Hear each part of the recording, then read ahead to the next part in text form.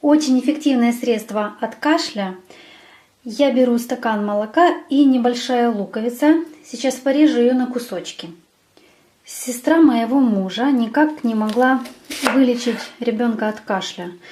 Очень долго она кашляла, где-то больше месяца. И только молоко с луком помогло.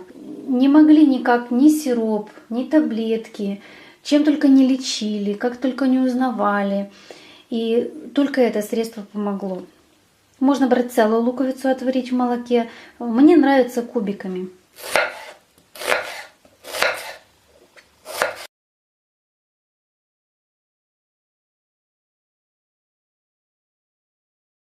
Заливаю холодным молоком.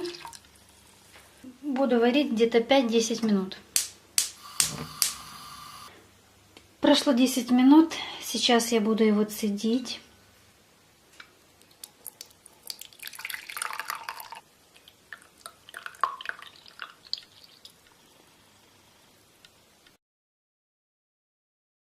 Со стакана молока получилось где-то чуть меньше, чем полстакана. Я стараюсь рецепты пробовать, тестировать все на себе.